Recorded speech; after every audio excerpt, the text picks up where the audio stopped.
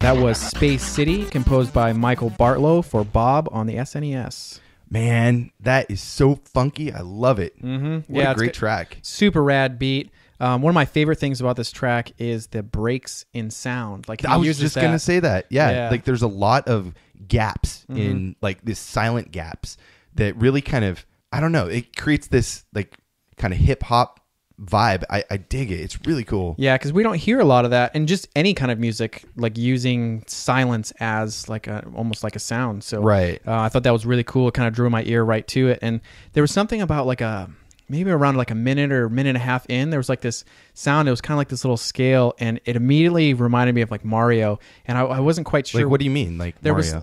There was not quite, like I couldn't quite get it. I thought it was like maybe like a turtle or something, and then you had said something like it was like the blocks. Oh, when you hit a block, and then the blocks are building, like each block is kind of making a noise. Yeah, for the Super NES, Mario World. Yeah, it did sound like that. No, I know what you're talking about. That's really cool. I like how this track has this balance, or this. It's almost like a battle between the melody, like the high end, like the guitar or the synth sound, and then the bass. So they kind of play off each other. It's almost like they're playing tag, and I think that's really cool. And then you get the silence, and then the kick drum comes in. It's cool. It's way out there. And then they even have like some scratching. Like I thought it was really cool. I was like, wow, like, and that the scratching element just adds to that whole hip hop like funky beat sound to it. So I thought that was a really cool introduction. And I guess with you saying that they're kind of battling each other, is like maybe that's when they get in the scuffle. Like, and it's cool because hearing a lot of stuff through the Super NES, we have a lot. I mean, this sounds like a very Super NES track, but the Genesis version is really rad. You know what? You want to just go ahead and play the Genesis no, I definitely want to hear it. Okay, we weren't planning on it, but let's go ahead and play Space City for the Genesis. We'll be right back.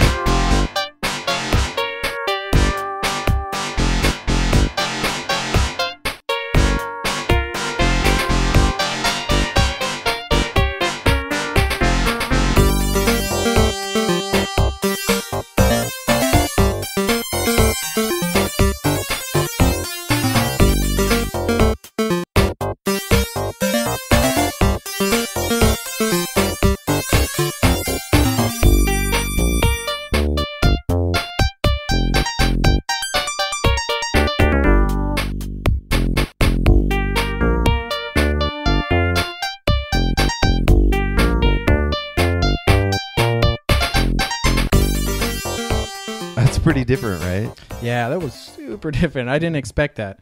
Anyway, that was Space City, arranged by Alex Rudis for the Sega Genesis.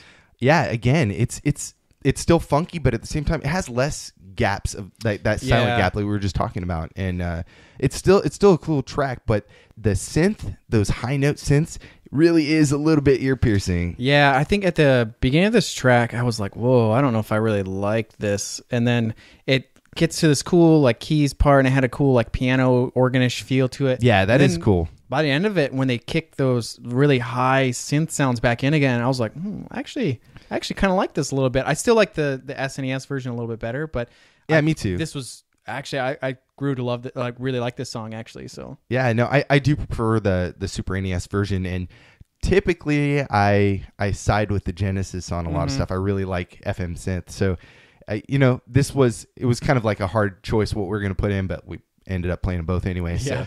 But it's cool to hear the difference and to kind of get an idea of how a track was ported over by another composer, and he kind of went his own way with it. He really changed it up. Like enough. You can hear the similar aspects of the song, but you can definitely see that he put his own feel on it. And that's actually one of my favorite things about game music is hearing how it sounds across different systems, because it's neat when it kind of translates faithfully, I guess, but it's also really exciting to pop in another version of the game and be like, whoa, this is totally different. Like, I mean, we've had games where the soundtrack is nothing like the ported version. Right. And then this one is similar aspects, but it's a totally different sound. Very, very, very different, but at the same time, it's cool in its own way.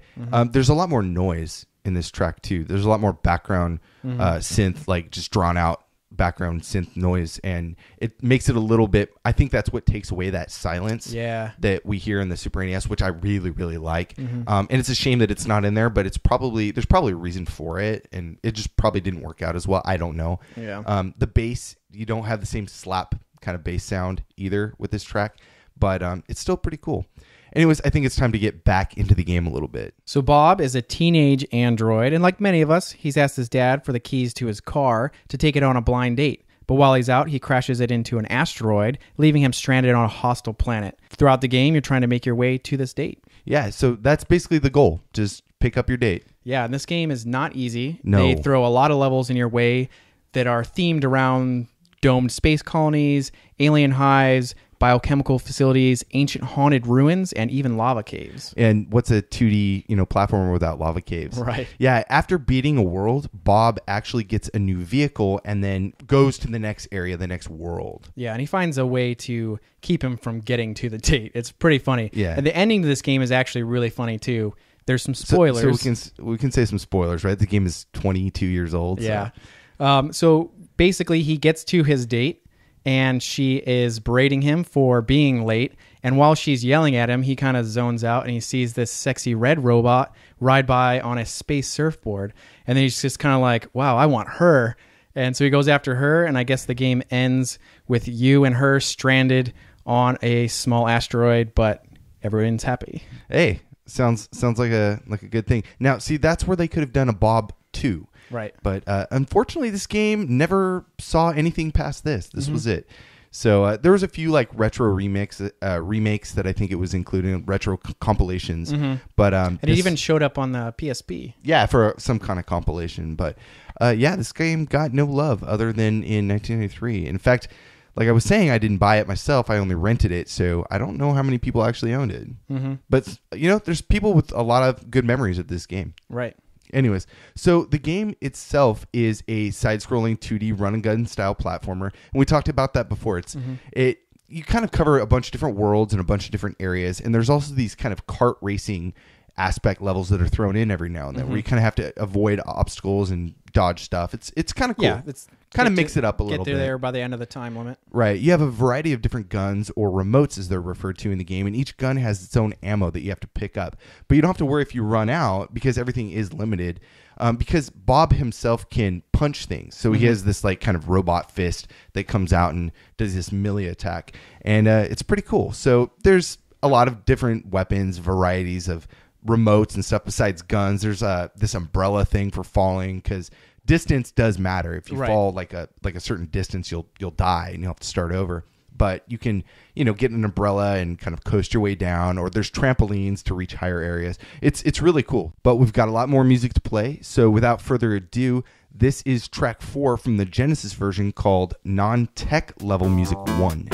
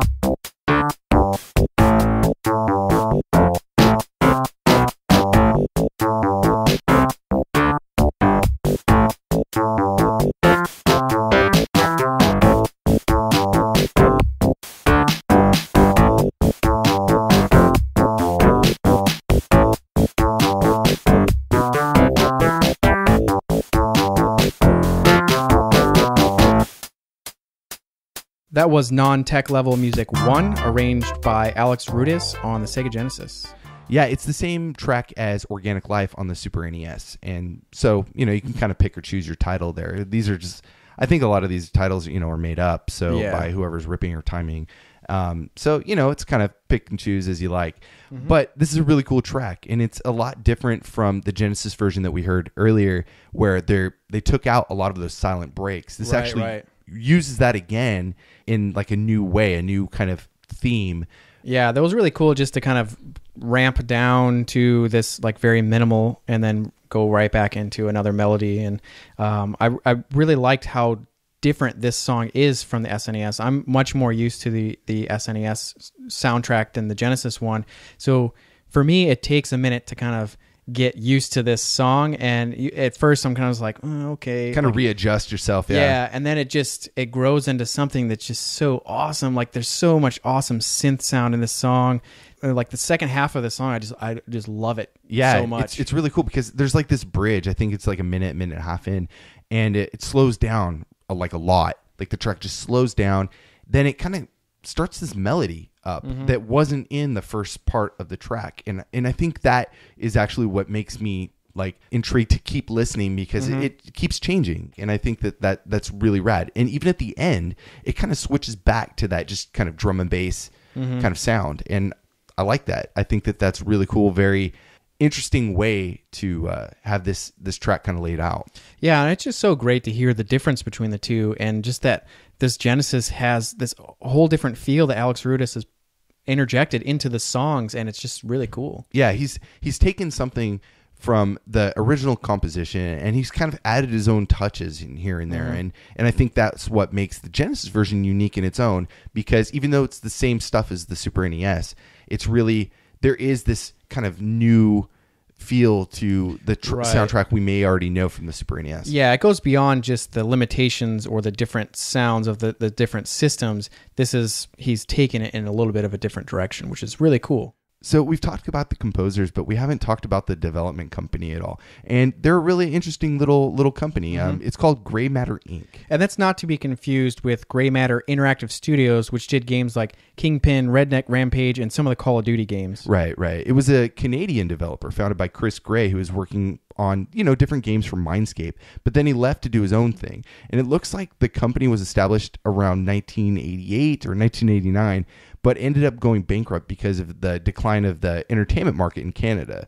At one point, though, it was Canada's largest game dev. Nice. Yeah, pretty cool. They did games like Techno, which is this really fun, it's a really fun game. It came out on the C64, Atari ST, DOS, Genesis, ZX Spectrum, but it's part driving and part side-scrolling. So it's this really kind of cool mix, and it looks really, really fun. Nice. Yeah, and they also did Mad Max and Dirty Harry on the NES, Terminator, James Bond Jr. on the SNES, Incredible Crash Test Dummies on the Amiga, Genesis, and SNES, all the versions of Wayne's World. Yeah, and that uses the same engine as Bob, apparently, for the Genesis version for Wayne's World. They even have the Crow for Saturn and PSX, and now that I'm actually noticing, you can really see how big the Canadian dev company was, because most of these are licensed games from movies or TV. Yeah, that's right. They're all licensed except for Techno, unless that's some weird Canadian show that I don't know about.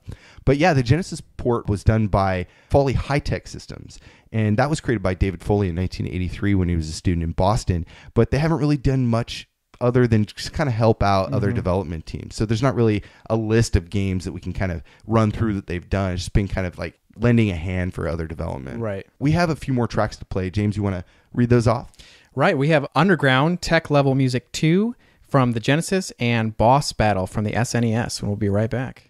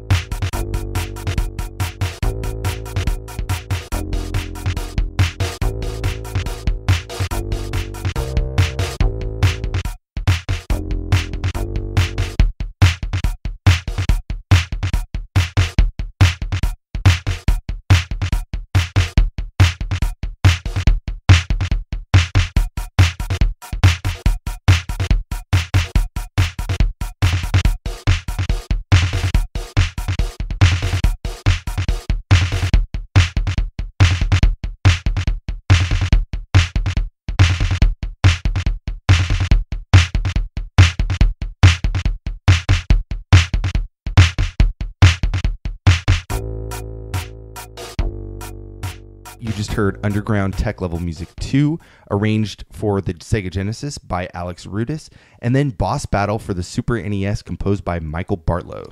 Wow, that first track is very Genesis, and I loved it. Yeah, it was way cool, right? Yeah, I mean, it has that grungy guitar. It has a lot of the that very fat feeling bass that I love on the Genesis. I mean, it's just, and it has those really high shrill notes that they use, and just tons of notes in certain areas. Yeah, the organ player was having a blast on this track. He had his little, soloing parts here and there, his little improv. I loved it. It was really good. The Genesis version of this too, I prefer to the Super NES, and I think because it has kind of those silent things that we were talking about in past tracks, but at the same time it has like these really kind of sustained synth sounds that I just feel sound so cool. Yeah. And that organ itself is just out of this world, and guitar and lead synths and stuff. It's really cool. Yeah, I mean, this track is definitely has all the elements that I love about the Genesis. So. Right. But Boss Battle for Super NES. I was kind of taken aback by it when I first heard it when playing the game. It was just like very mellow for a boss track, and it's just drum and bass. Yeah, we've seen a lot of video games. The way they treat a boss battle is they make it so intense, the most intensity, right? Yeah, and this was very, very mellow, and like you said, it's primarily just drum and bass, and then there's like a little bit of guitar in there or something. Yeah, so it's like there's a lot of silence and a lot of. This is just a cool track. Like, yeah. It's funny because. When we were thinking about what songs we wanted to play for this episode, I had the playlist on my phone. I was listening to it in the car on my drive home, and just this track was on. And I was just like, man, this is my jam. This is awesome. Yeah, I'm sure you were surprised when it said Boss Battle. Boss Battle. I was like, oh, really? All right. That's whatever. This is a cool track. This might be one of my favorite tracks in the game, other than the Space City one. I love this track. This is way cool. Well, wouldn't expect the boss, but it still has a little bit of that funky jam session kind of feel to it, which is great. So even though it's very different from the previous SNES songs, it still has that kind of like this feeling of like these guys that got together and just kind of jamming a little bit before they get to like the next song. So yeah, I really liked it. No, and I think too that if you like this track, you should try to track down the boss battle music for the Genesis version, because it's very different. Yeah, I don't think we need to play it now because it's right. It still has that laid back, mellow feel to it, but it just sounds completely different. Yeah, there's more synths and stuff going on. It's very Genesis sounding. But it's both are very really cool tracks, and kind of going out with that one is so cool. We should just have that playing underneath while we talked about the rest of the game, but that'll probably be way too distracting. Yeah. Anyways, so let's talk about the graphics of the game a little bit, because I think everybody who doesn't know about this game would be interested, because it does have a very, I don't know, it's in a world of its own kind of look to it, right? Right. And like, I've never played the game as a kid, but I do remember seeing advertisements of Bob. Like when we pulled up what this game looks like, I remember seeing that character before. Seeing it in stores. Like I think I first saw it at like, I don't know, like Blockbuster, Hollywood Video, whatever, you could rent places. So I remember seeing it a lot, and I remember renting it as a kid because, there's this Bob, he's on the cover, but he looks like an ant. Yeah, he's very insect looking, which a lot of the game is a very insect feel to a lot of the bosses and stuff like that. Like there's even like a giant blue praying mantis looking insect, which is pretty cool. Right. So it's kind of has this like organic feel to it, and there are organic levels like slime worlds and lava, like you had mentioned, but there's a lot of like tech behind it too, a lot of very industrial factory level based, very futuristic stuff, which is cool. And one thing I did notice about the game is they probably have 10 different designs for ladders in this game. Like the ladder system, there's like that's true, regular like rung ladders, and there's all these like lattice ladder. I mean, it's like it seemed like they had an entire guy just designing ladders for this game, which is cool. The sprite work is really cool. It looks really good. I played mostly on the Super NES when I was kind of rediscovering the game for, us recording to talk about it. Because the Genesis version I didn't really grow up with, so I figured, I'll go back to what I know. I did try it out a little bit, but the sprite work looks very identical. Yeah, very similar. From what I noticed, it just seems like maybe the contrast was up a little bit on the Genesis version, but they're very close. But for me, this game had a more Genesis look to it. Like even when I popped Overall, on, a lot darker. Yeah. Yeah, like if someone had showed me this game and didn't know it was a Super Nintendo game, my first thought would have been, this is probably a Genesis game. Even the way that the sprites are treated, there's a lot of almost like that faux 3D look to a lot of the characters. How the metallics have like a shine to them, right? And stuff like that, you mentioned, it's a very darker looking game, which to me feels a little bit more Genesis like. But I mean, like you said, it's a beautiful game, great sprites, everything's very visible. You don't really get confused as to what you're jumping on or anything like that, like we've seen with some games, and a lot of it works really well. Yeah, on the Super NES too. I think what made it kind of interesting, I don't know about the button scheme for the Sega Genesis, but there is the punch, jump, and then there's also your weapon. And I don't know why Bob has a gun attached to his arm from the beginning. They don't really explain that. Yeah, why he's a teenage android going on a date that's packing some weapons. Yeah, I don't get it. But anyways, so he has all these different weapons to choose from, and I think it's really cool because the animations, the sprite animations for the weapons that he has, like if you have a rocket launcher, you see this like rocket kind of sitting at the end of your gun and just ready to blast off. And I think that's cool that they did kind of change it up. It's not this generic like blaster, right? That they really did put some detail into it. I think that was cool. Oh yeah, I mean, one thing that I noticed was that when Bob gets hit, he has a few different types of expressions. Like sometimes his eyes get really big, and so there's a lot of really subtle animations to this game, which I thought was really cool. You're going to take damage in this game. It's very hard to avoid it, and they just rewarded you with all these different little subtle touches, which I liked. Yeah, and you were talking about animation, and that reminds me of that. Every time you beat a level, Bob does this kind of like robotic dance. Oh yeah, he'll do like a moonwalk, and he'll have like these. Right. It's so cheesy, but that was popular to be like bad. Sonic had brought that in, stuff, like have an attitude, or he even has stupid little phrases at the end. I think one of them is he finishes a level and he goes, "And Bob's your uncle." And he's like, "I'm out of here." It was interesting. It was funny for its time. I didn't quite get all the references. I mean, I'm a product of that era, but even for me, I was like, man, this is wow. I had even asked you what, how do people use "and Bob's your uncle" in context? So I don't know, but obviously his name's Bob. So I mean, maybe they named him Bob just so they could say that. Maybe that was a big phrase in Canada. After you beat a level, you're on the overworld and you kind of walk to each new area, and that basically looks like a lot like Toe Jam and Earl in that sense. Very zoomed out, and so Bob is very tiny, but yeah. And you're on this kind of planet it looks like an asteroid because you can see below it. It's like detached from. It's like flat. This flat surface, right? And so you kind of go to each level and fight on that. Yeah, I thought it was interesting the way that they broke up the level styles. Like you would go to the domed facility city type level where it had like a very factory feel to it, and then the very next level would be like the organic bug type level, and then the very next level would be back to the facility. So there wasn't like several levels in the facility and then several levels underground. They just flip-flopped back between whatever variety they had for that world. And then like one of the other worlds would have the lava level or the ruins in it. So they kind of flip-flopped a lot around, which I thought was really interesting. I don't know if it was because there's so many levels in this game. I think there's like 40 plus levels. Oh man, that's why I didn't make it through. Yeah, I was trying, and you were like, "Oh, dude, there's like 40-something levels." Yeah. Like, okay, never mind.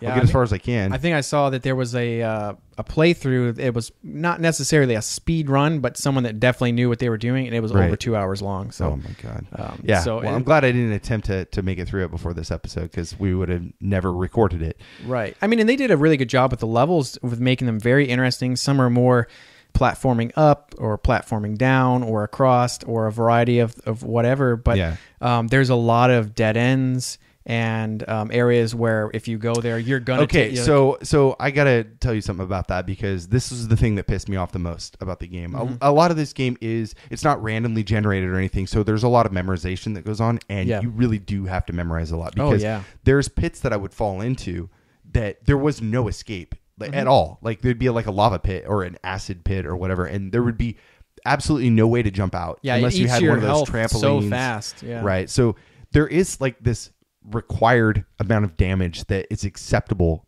to take. Like you can't expect to make it through without getting hit. There's some times where it's cheap because there will be like these little alien things all over the place, and there's no way you're going to be able to blast through them. You're on a ladder or something, Right. So Well, and one thing I did notice about the game is the hitboxes are a little odd. Like, Bob can take damage when the thing actually didn't touch anything on his sprite. Like there's plenty of times where you're floating down between like lava pits and stuff like that, and there's enough space for Bob, but it's like a pixel width where it'll touch your elbow, and it's like it didn't even feel like it touched his sprite. And the same thing, but for the bad guys, that worked to your advantage too. So Right. you could shoot, and it was like I didn't see that blast hit him, but he blew up. So there was a little bit of oddness with that, but there are some cool obstacles in the game. of course, and even though there are some like cheap things like the lava pit you can't get out of, there are some really cool things like the vines from the ceilings that you kind of and finger the your way pipes and stuff. Yeah, so it's really cool because Bob will jump up and you have to like hold up while you jump to grab onto something. But it's funny because he uses one hand, his only hand actually, because his other one's a blaster, and he kind of fingers his way through the pipes. And I thought that animation was just really cool in itself. Yeah. Well, and actually, I think they created a little bit of confusion. I don't think the blaster is his hand. In a lot of the sprites, it shows that. But at the end of some of the levels, he like flips it back between, that's right. like a gun between his hands. But it does look like he inserts his hand into the gun. This is like the most ambiguous game, that I think we've covered. But it's really cool.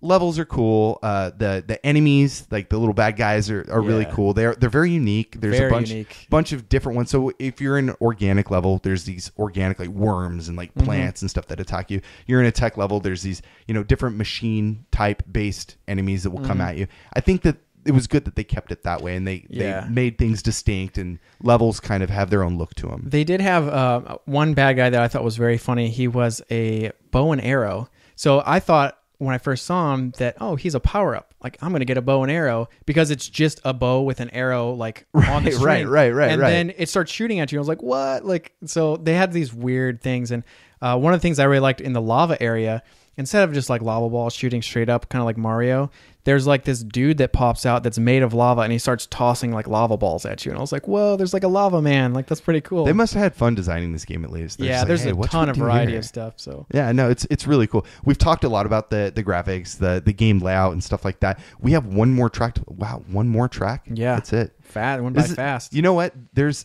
not a lot of music in this game, so I mean, it's going to be a short episode, but I mean, it's quality over quantity. There you go. So the track we're going to play is from the Super NES called Techno Pyramid.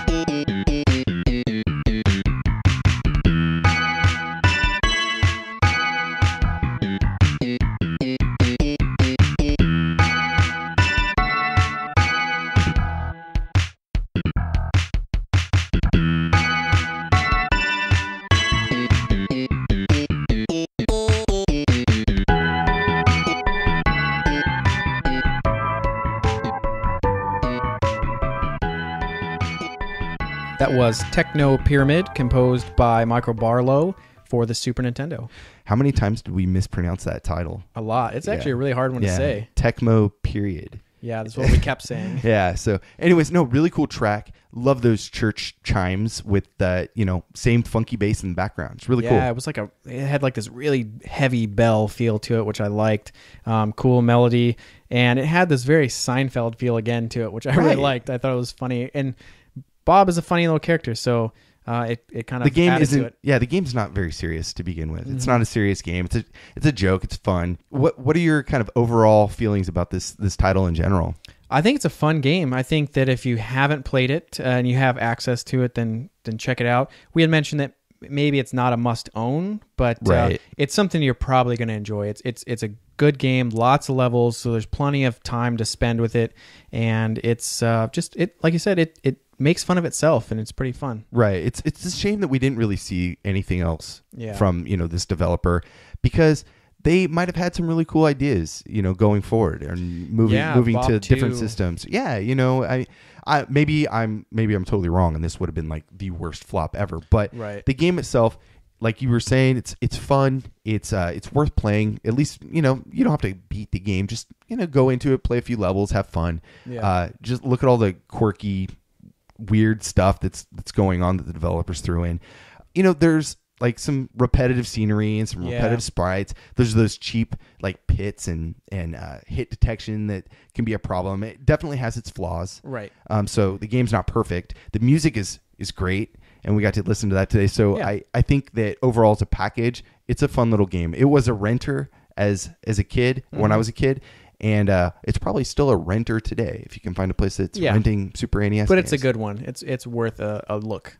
Yeah, if you can find it on like eBay, I don't know, like $5, pick it up, check it out. Anyways, to close out the show, we looked at Bob on the Super NES and Genesis and Mega Drive, and we got to listen to the music composed by Michael Bartlow and arranged by Alex Rudis. Yeah, so thanks for listening. You can visit us online at pixelatedaudio.com, where we keep all of our show notes and track lists. Yeah, you can also find us on Twitter at Pixelated Audio. I myself, Brian, am at Doki Doki Panic. And I am at Man Over Mars. Yeah, so you can subscribe to us on iTunes or Stitcher, and those links are in the site as well. So if you just want to go to the website, you can subscribe to us through there. It makes it a little easier. Or you can find us through whatever podcast catcher you're using on your phone or computer. Right, and we're also on Instagram and Facebook. That's right. We always forget to plug the Facebook stuff. Yeah. Anyways, thanks for listening to the show. We have another show out in a few weeks we think you're going to love. But in the meantime, we have a remix from Space City from the Super NES version. And the remixer is Arsenic 1987. This is really cool, so we hope you like it, and we'll see you in a few weeks.